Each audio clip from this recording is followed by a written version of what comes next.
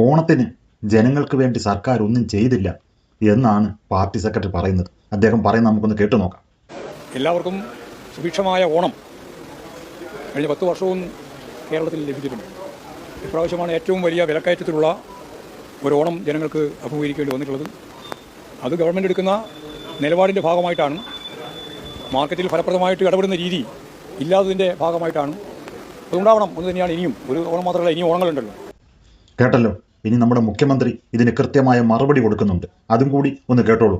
രൂക്ഷമായ ധനപ്രതിസന്ധിയ ഈ ഓണം എങ്ങനെയാണ് സർക്കാർ കൈകാര്യം ചെയ്യുന്നത് നിങ്ങൾ കണ്ടില്ലേ? എല്ലാ ആവശ്യങ്ങൾക്കും പണം കൊടുത്ത് ഒരുപാട് പ്രയാസങ്ങളുണ്ട്, ഒരുപാട് ബുദ്ധിമുട്ടുകളുണ്ട്. വിലക്കയറ്റം നിയന്ത്രിച്ച് നോക്ക്, മാവേലി സ്റ്റോറിലും ഓണം സ്റ്റോറിലും പോയി നോക്ക്, 13 നിത്യോപയോഗ സാധനങ്ങൾ സബ്സിഡി കൊടുക്കുന്ന 13 സാധനങ്ങളും അവിടെ ഉണ്ട്. പണ്ട് അതൊന്നും ഉണ്ടായിരുന്നില്ല. പണ്ട് ഉദ്ഘാടനം ചെയ്യാതെ ആളുകൾ പോയിട്ടുണ്ട്. അത് സബ്സിഡി ഉള്ള സാധനമൊന്നുമില്ല, സോപ്പും ചീപ്പും കണ്ണാടിയാണ് ഓണത്തിന്. അതൊക്കെ മാറി സാധനങ്ങൾ എത്തി, എല്ലാ സ്ഥലങ്ങളിലും ആളുകൾക്ക് എത്തി. ഇവിടെ നമുക്ക് കാണുമ്പോൾ തന്നെ നമ്മൾ കാണേണ്ടത് കാഴ്ചകളാണ്. കാരണം മനസ്സ് നിറഞ്ഞു എന്നുള്ളതാണ്. ഏകദേശം ഞാനൊരു 3 മണിക്ക് ശേഷം ഇവിടെ എത്തിയതാണ്. പക്ഷേ കാഴ്ചകൾ കാണുമ്പോൾ ഈ സാധനങ്ങൾ വരുന്നവർക്ക് ഏതെടുക്കണമെന്നുള്ളൊരു കൺഫ്യൂഷൻ എന്തായാലും ഉണ്ടാകും സ്വാഭാവികമായിട്ടും. കാരണം ഓണക്കാലത്ത് എല്ലാ വിധത്തിലും ഉപ്പ് മുതൽ കർപ്പൂരം അടക്കം എല്ലാം നമുക്ക് ഇവിടെ നിന്നും വാങ്ങാനുള്ള സൗകര്യങ്ങൾ ഇപ്പോൾ ഏർപ്പെടുത്തിയിരിക്കുകയാണ്. കിട്ടേണ്ടതൊക്കെ കിട്ടിയല്ലോ, സമാധാനമായല്ലോ.